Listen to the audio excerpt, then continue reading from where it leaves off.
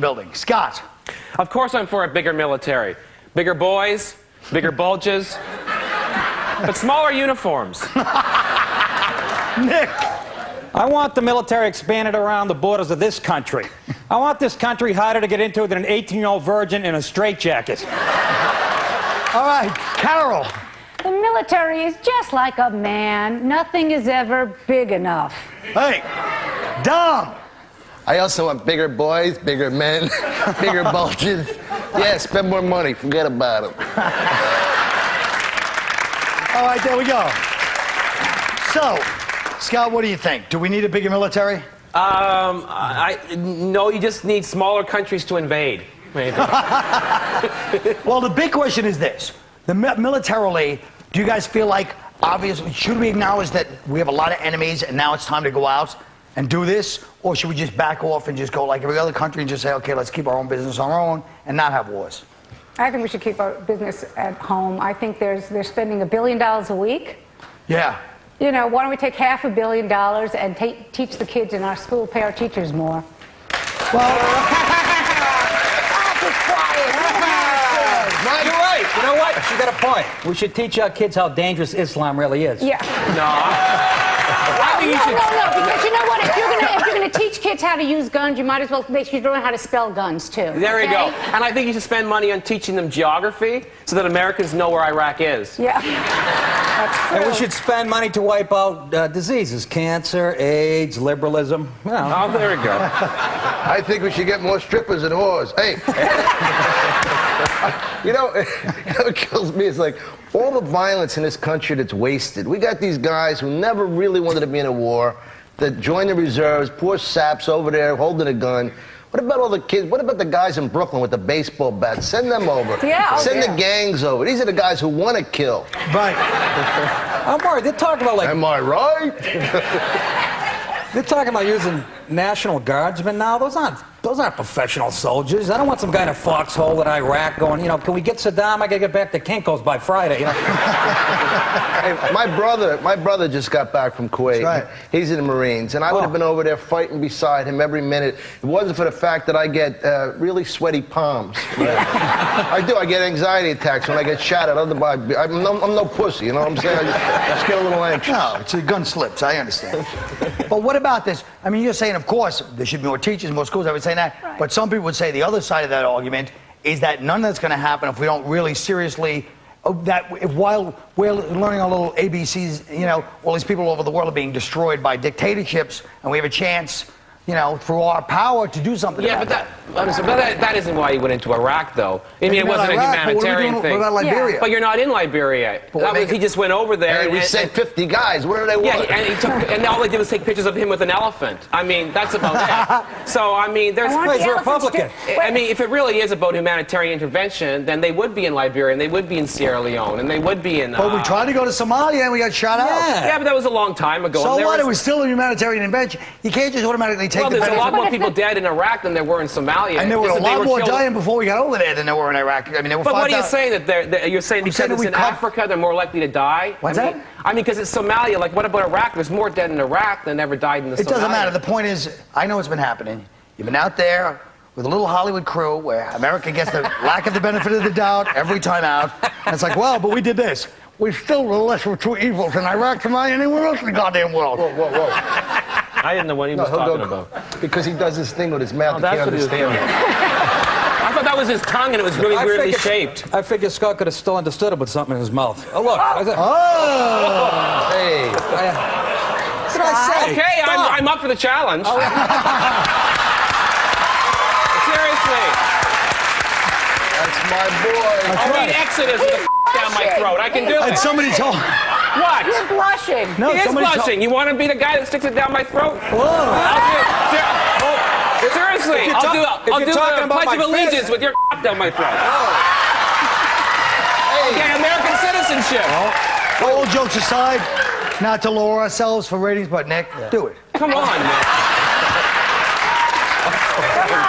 Man, that's why I'm on the show. I think I hit a purple nerve. I'll give you one of these. That makes it easier. But let me ask you this. If you're doing that, If a guy's giving you head, seriously, This is an important issue. and you're not looking down, Right. does that make you gay? No. If you're looking straight ahead, like there's something coming in the distance. Right. And if he's wearing a wig, it doesn't make you gay. And that means that includes a do-rag. Thank God. Hey, Nick, that means we're not gay. There we go. What if a girl? Well, it doesn't matter. Here's a No, but story. that does matter. All right, the girl's doing it, then the last minute she pulls off. You don't know, and a guy goes on. You're gay. All right. I'm sorry. I led you down that dirty road. I don't know where the hell this went. Yes, That was the fun, spontaneous show. yes, we should spend more money on And military. yeah. No, but I mean, the truth is, we went to Somalia with the best of intentions. There's no oil there, nothing there. We got blown out of that joint. Then we should have. Then they left. People don't want that. If they want to. They wanted us there. The warlord, whatever his name was, he got everybody riled up against us over there. But then if they're against us, we shouldn't be there. They're not against us. They just How thought do they you were. know that? How do you just thought they were? He's Because the I saw host. Black He Hawk knows. Down. I have it on DVD.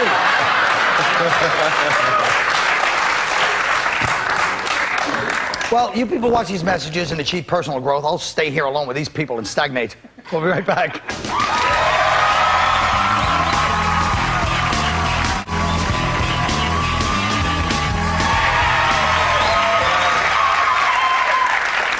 Well, I don't know if you've checked out this new show, Queer Eye for the Straight Guy, but here's a clip. Ready? We took a slab of raw beef and we made it into, what was that designer meat? Sort of like Tasso a ham. Tasso ham. Yay! Okay. Let's ask Scott, you're our representative. Oh, yes. Yes, I represent the gay community. Yes. Well, actually, I've never actually seen the show, so I can't really comment on it. But I don't think your outfit's working there very Really? much. What would you, I think we need a little bit of a Oh, scarf. thank you. This here. What do you think? Bring out your eyes. Because you've got lovely baby blues Thank here. you, Scott. And absolutely something on top Oh, here. thank you very much. A bit of a beret. And I'm not finished, people. Oh. And because you're a married woman, a married woman bindi. Oh, thank you.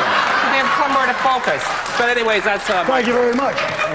So, now that works. I knew this guy who's not only gay, but he was lactose intolerant. They called him the non-dairy queen. Come on. Come on, people. Come I'm on. making that up. What do you guys think of a show like this? Any reactions? Yeah. I have a reaction, an allergic one. Change the channel. What don't you like about this show? Come on, don't we have enough? We got Will and Grace, we got Queer as Folk, we got Everybody Loves Semen. Enough of this stuff. Well, how about this then, since this is so scintillating? A videotape of men hunting nude women in the Nevada desert with paintball guns. Oh, you heard about this? It was started as a spoof, but now it's become an actual sport. Look at this.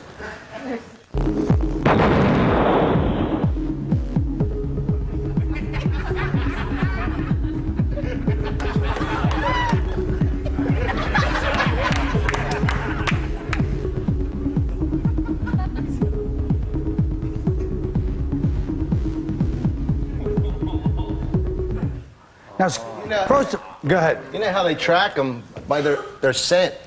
Ah. Scott, did that music not sound like a rubber-knighted mine shaft or something? Did you hear that music? Yes, it did. Bear So night. guys are paying $5,000 to $10,000 to participate. City officials are investigating the whole thing. I mean, this is the jump the shark of humanity, no? This is the cultural, a bunch of drunken Arab sheiks and Japanese businessmen living out their war hero fantasy by trying to splatter $3 worth of Earl Scheib on the titties of a 20-year-old incest survivor with a botched collagen job and an ecstasy hangover. Wow. I'll sell it to Dennis Miller. I'd like Go to ahead, see. Dick, what do you think? I feel the same way about that. You know, that shows us to do about real hunting. Unless you can eat what you capture, it's just cruel, huh? And you might even want to use the skins to make clothes, although, you know, it's going to look like the Partridge Family bus after all that paint.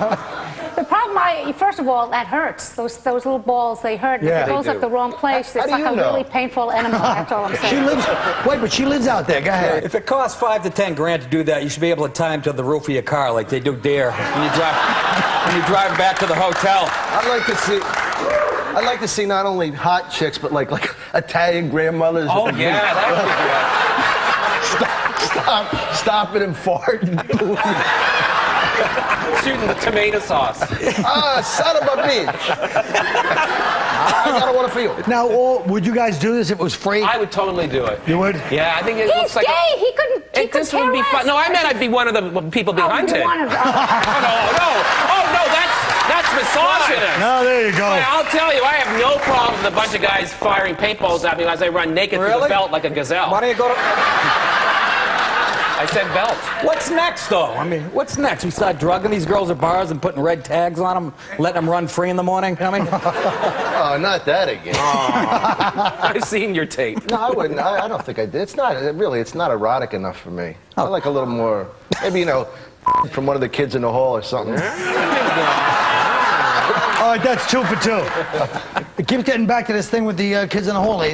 Now, Nick, correct me if I'm wrong, he's a little bit of a gay icon, despite how he feels about gay people, right? Oh, totally. He's total trade. They love him, right? Yeah, absolutely. Rough trade, they would call it. Rough trade, absolutely. What the hell is rough trade? Gay for pay, Nick. Come on. You're the guy that they want you to be a little hard and a little bit, you know, That's low. the problem with that show is these guys are taking straight guys and they're making them not sexy. Right. And I think it's ruining the allure of men. I mean, I would have sex with the long-haired slob before any of those queens. No, you wouldn't. Would you? Yeah, I would. Well, let me ask you, Carol, you're from Vegas, right? Yes. Is this the kind of things, has it gotten that bored and decadent that people are just thinking up stupid stuff like this to do, or what? I think so. I think so. I mean, it's as a woman, you just go, okay, what's next? Why don't you just have Caveman Day, where they just wear a little fur thing and just club them over the head? Right, that's what... But I mean, you're talking about no foreplay. I mean, these guys don't want to do any foreplay. They shoot them and screw them. They do have that. And they should be gay. Go to a bathhouse. Yeah. But I mean, the whole thing is, well, what about those women? They're making a lot of money. I mean, but they're not making as much. They only get paid. If they get hit, they get paid $1,000, and if they don't get hit, they get $2,500. These guys are they're getting charged $10,000. So where's the rest of the money Well, going? that's just The over. mafia, where else? Of course. Well, it's like dwarf tossing. I don't want to say What are you dwarves can't be dog? tossed. If a dwarf wants to be tossed, go to it. You know? Or if you don't want a dwarf toss, let's see you give him some money, keep him alive. Yeah, you know, I don't know. It is kind of perverted. Yeah. I Really? guess. But Come on! But it's more like... Not What's really. the matter? You think that's more perverted than the other thing where you're looking at, where the gay guys are remaking straight guys? They're both kind of perverted. I'd like to watch, like, heterosexual guys chase a gay guy up the street in pumps, you know? I'd watch that. I'd watch We don't that. have time for home movies. All right. Yeah, this was a bashing joke. Listen, here's a little something marketing research shows your demographic might respond to. We'll be right back.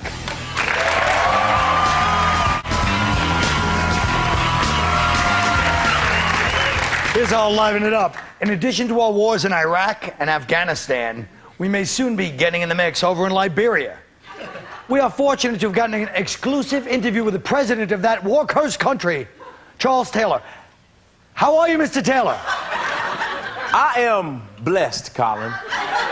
I am blessed to be welcoming the United States and George Bush to help us deal with the crisis that has become Africa. War, famine, genocide. Well, but a lot of people are saying that you are the cause of much of the strife over there yourself. Wait, Colin. A lot of people say, what, Colin? I have enemies. They say things. I'm sure you have a lot of enemies, and they say a lot of things about you. Yeah, they do, but Sierra Leone wants to try you as a war criminal. Wait. You see, Colin, when you use terms such as war criminal, you make me look like a monster. It's true, Colin, when I was in Sierra Leone, I was a very bad boy. But, Colin, have you ever been to Sierra Leone? These brothers are tripping. If you come down here, I will treat you like a king. But didn't you kill the king? Wait. Woo! Who told you that mess, Colin? I need a name. Do you know what I have to deal with here? You got little kids with machetes coming after you, trying to chop you up like Emerald Lagasse with a clove of garlic. Then you got teenagers running countries. You try to deal with a bunch of 12-year-olds with power. You ever see how many personal assistants the Osborne kids go through, huh? You tried to negotiate with somebody who thinks a girl is fat because she has both of her legs. That sounds a little crazy, Mr. Taylor. Maybe, but who would you rather deal with, me or Mugabe? I may be eccentric, but I'm not crazy. Don't go down to Zimbabwe. That brother is bipolar, Colin. He's going after white people like Paul Mooney. Now, you have said you'll not leave the country until UN peacekeepers come in. But that poses a problem because they said they won't come in until you leave. Colin, I can't leave. Have you ever had a bunch of 10-year-olds mad at you? These little bastards are walking around with machine guns. They're out quoting Tupac and Biggie and all drugged up and ready to kill. It's like your childhood stars over there in the U.S. So what do we do? This is a stalemate. Well, I don't know, but I have to go. They're having a surprise 13th birthday party for my Secretary of Defense. Thank you, Mr. Taylor. No problem. And now back to me. It's my show. We'll be right back.